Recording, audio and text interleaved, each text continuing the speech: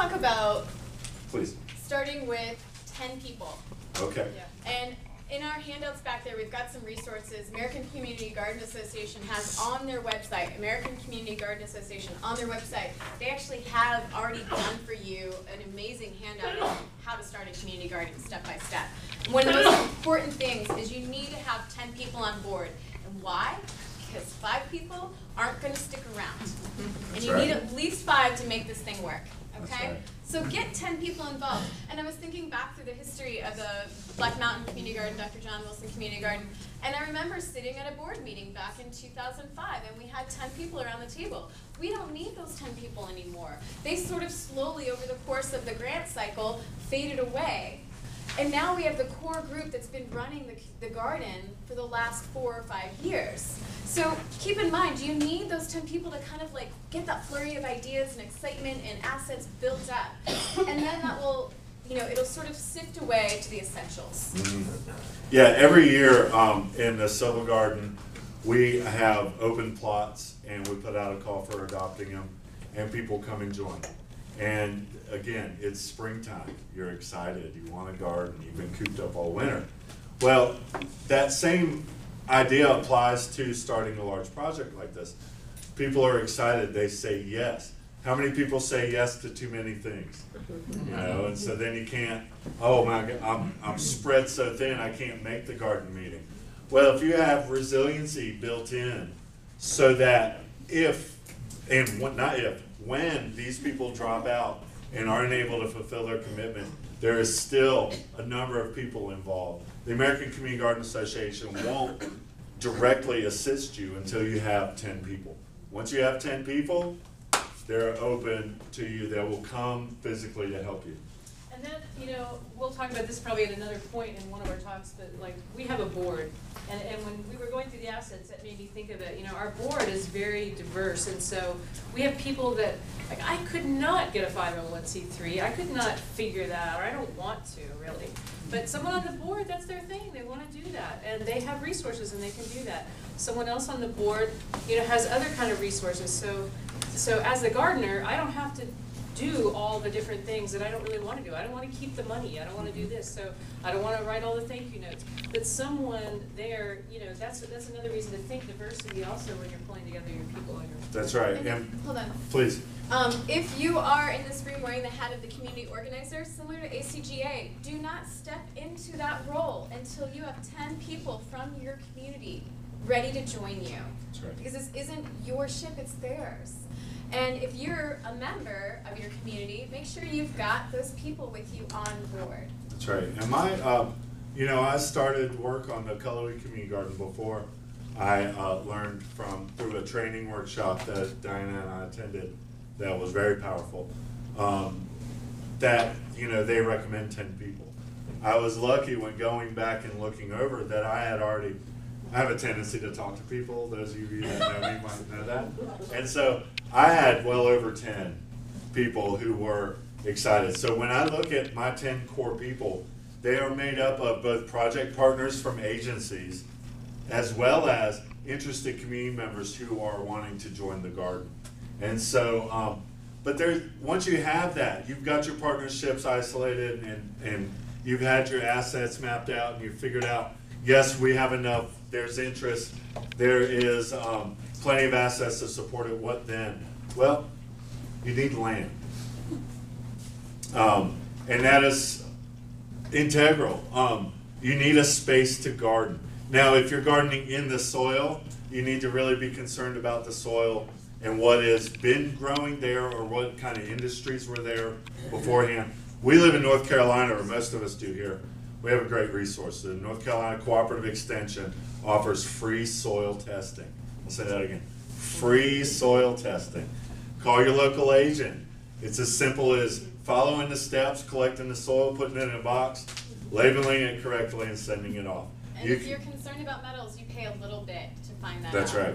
You have a little bit to find that out. So you can do some other deeper testing, but finding your basic levels and then having somebody interpret the results with you is very important. Sunlight and water. Water is the limiting factor in growth of plants. You need they say 1 inch, 2 inches of water on a vegetable garden per week. Where does your water come from? What's your source? Is it from a well? Is it from removing from a creek? How are you powering the pump to get it out of the creek? These are all questions that you need to isolate. If you're getting water from a municipal source, does your municipality add chlorine? Probably. That chlorine is in the form of a salt. If you use it directly in your garden, over time you're going to build up salt in your garden. So if you're tapping out of a municipal source of water, you probably want to have some sort of filtration system. Can you collect rainwater? Diana out at Black Mountain, they collect rainwater off this roof into cisterns and then have that gravity fed to the garden. And that's a really cool relationship story in terms of, like, we had the grant that paid for the materials. We used a local organization that was selling there's 1,100 gallon barrels, 6 of them. And we used a government or a town's building to catch the rainwater off of. And when they were going to re-roof their surface, I said, hey, can you make that a food grade approved roofing surface, because then we can catch rainwater off of it. It's adjacent to the garden. Not only is it adjacent to the garden, but it's on a hill that's about 250 feet in elevation or something like that above the garden. So then the town provided the labor to install the grant funded materials, and thus we have rainwater fed at the rainwater sourcing at the garden. That's right, and they don't have to use any electricity to move that water from storage to the garden site, which is a beautiful thing. Sunlight, 6 to 8 hours a day is your minimum amount of sunlight that you needed for your garden. Your church community, based on my driving around this area and seeing a lot of churches, probably has a large area of land with available sunlight. Parks and publicly owned land are usually often in places where they can't be developed. Bottomlands, usually not a lot of heavy cover, so you'll get available sunlight. You need those things for growing. Keep in mind, when you're thinking about sunlight, don't just check it 1 week out of the year. When you're starting to think about this site, you actually ideally would want to be checking it out over the course of 12 months. And you're going to want to go out there and stand in the same place around, at 10 a.m. and at 3 p.m. every week or every month for about a year to get a sense of, you want to know which is south and which is north and which is east and which is west on that property.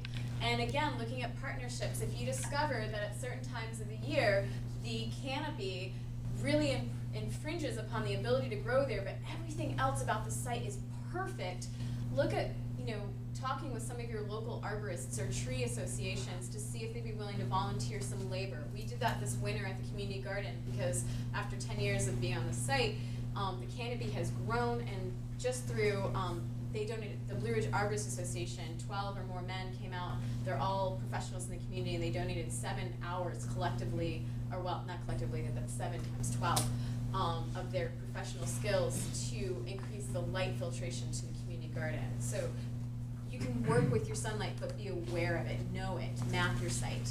And I know these seem like simple things, but my husband's part of our project, and he's very skilled at all these things, especially water. I can't tell you how many people have come to him, and he's gone out to look at their garden, and he'd say, where's your water? And they'd say, well, we're just going to let it rain. And he'd say, it's not going to work. And inevitably, it always failed. That's right. So, these are not just simple things. They really are important. Another issue to think about is the role of the community garden in the community with which it's sited. In the Silva Community Garden, over time and through conflict resolution with some neighbors, we've developed a good neighbor policy. We invite the neighborhood to our community work days. We invite the neighborhood to our potluck dinners. We try to present as beautiful a face to the road that we can. We plant flowers and have built a nice wooden arbor entryway and try to really keep all the trash and that so-called non-essential equipment out of a line of sight for our neighborhood. But also addressing parking. You need parking. Ideally, we would design our communities so that people can walk and bike. And a lot of our communities are working towards that. Black Mountain, their garden is on the greenway. So there are other options for than just driving. Cullowhee Community Garden is going to, right? And Cullowhee Community Garden is going to be on a greenway in Jackson County, and so there will be other options. But you're still going to have a need for vehicles. So plan for that. And when you're starting your new garden, where are people going to park? Well, are they going to be able to park somewhere where it won't impact? Where the you know, even things like, are they really close to a creek? Because a lot of the runoff from vehicles would go and do damage in a creek. So having thoughts about that. And can you unload, like at the community garden, we have a place where like 1 or 2 vehicles can unload heavy equipment or, you know, starts or flats of things, but then they park further away and they have to walk down. Right, and think about material as well. Yeah, materials. You may have a dump truck coming with a 5 tons of hardwood mulch. How's it going to get in? You know, plan for that initially so that you don't have to drive over somebody's garden. That would be the worst. And one other quick thing on parking, we have a neighbor that doesn't like mud on the asphalt part of the road, so we had to learn that and understand that, you know, we finally had to get gravel, because that's just about listening to your neighbor, you know? And speaking to neighborhood buy-in too, I have experience with that, the community garden, that we don't actually have a direct, actually, one of our neighbors, fortunately for us, is a horse farmer, so we get free horse manure from him. So we have great buy-in. He loves that we use his horse manure. We love that he gives it to us. But for us, or for me, when I was thinking about the image of the community garden, I love that you brought up the beauty piece of it, because it takes buy-in. I knew I had success at the community garden when I was in an Ingalls parking lot, nowhere near the community garden, and someone came up to me who's never stepped foot in the community garden and said to me, "Oh, how's the community garden going? I hope it's going well. Every time my relatives come into town, I tell them that I live in a town with a community garden." That person had buy-in. And it had nothing to do with necessarily anything that was going on in the community garden, except that by then, enough time had passed that the image of the garden had improved. It no longer was this eyesore full of all of this material and brush and poison ivy and who knows what else, bucket lids and plastic and all of that stuff. It was this place that people felt like, oh, when my relatives or when my visitors come into town, I want to take them here. And so it doesn't matter to me if they rent a plot there or not. I know that garden isn't going anywhere because they have ownership of it. That's true. And, you know, allow that beauty to develop. When you first clear the land, and no matter which model you're looking at, and there are infinite number of models for community gardening and gardens that give. But just know that, you know, at first it may look a little rough, but as things grow, as it's used, the beauty of that site will come forth on its own. I mean, you definitely want to think about things, but planting flowers in an organic community garden is easy because we need flowering things to attract pollinators and beneficial insects. You need this, and they're beautiful. So, I mean, it's a win-win all around. Some of the other things to think about, I'm going to save the most important one for last. So I'll talk about liability.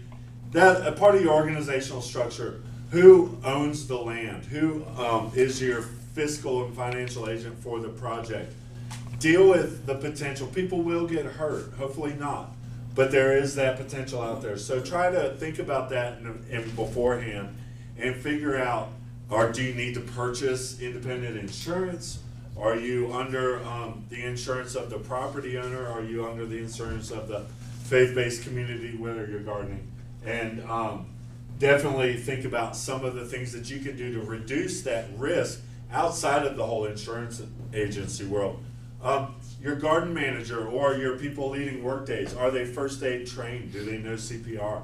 Things like that. It's very important. Having a first aid kit in your tool shed and knowing where it is and how to use it. Knowing what to do with bee stings.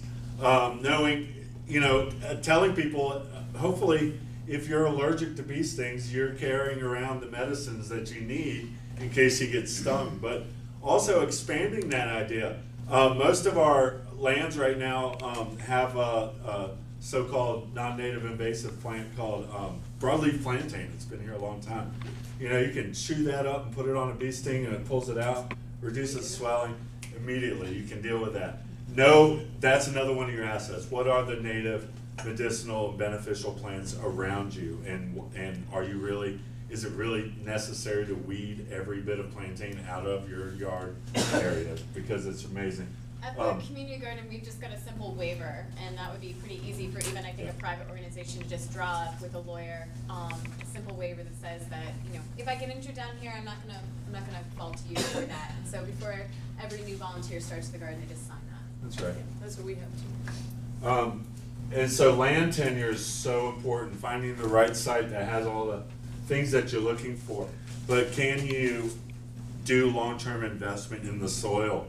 Can you do long-term planting of perennial plants? So it's so important to develop a garden in a place that it can remain. There is nothing worse than spending your time and energy developing a garden only to have the land taken away from you. If you want a really good example, look up, there's a, we'll have time for questions in a bit, but if you look up, there's a wonderful video called The Garden, a documentary movie about a large community garden in Los Angeles, and it ends pretty poorly. In our instance, we did not have consistent land tenure with the town of Black Mountain. They were giving it to Dr. Wilson on a year-to-year basis, and they were just sort of saying like, well, we don't know what we're doing with it yet. It's not part of it. We don't have a long-range plan for that land. Well, we made it their long-range plan. That's right. Now, that's not going to be the case for every situation. Obviously, this is an example of the opposite. But in our instance, I repeat, we made it part of their long-range plan. Right. Yeah, and the Silva Community Garden is gardened on land owned privately by Dr. Kwansu Han, a retired OBGYN, who wonderfully allows us to garden there year after year. But we don't have any agreement. We don't have any MOU, MOA, any other acronym. We don't have a lease or anything, so there is potential. And that's one of the things that led me to looking for a new site to develop a new community garden. And I've been so fortunate and blessed to get top-down support in Jackson County that our new Cullowhee Community Garden is going to be developed on land that's owned by us all. It's a common resource for us all. It's on a park site that will be used as a greenway, so it has land tenure. It's a big deal to think about that when you are starting a brand new garden. Can you stay on that site? But really, the most important thing, I think, and I've come to learn, is why are you doing it? And it gets deeper, and we're going to go into a lot more detail in the second talk. I encourage you to come to that. But the why goes back to the stories. We're culturally and behaviorally, we've developed as people who rely on stories and respond well to stories. So figure out the deeper whys of what you're doing. You know, I come to organic community gardening from an environmental ethic about reducing the environmental impact of my food and reasons, and you can include them all. They don't have to conflict at all. You get to believe what you believe in and start from there. Start with the big why you're doing it. The rest will come into place, and there's lots of resources. So we have time for questions.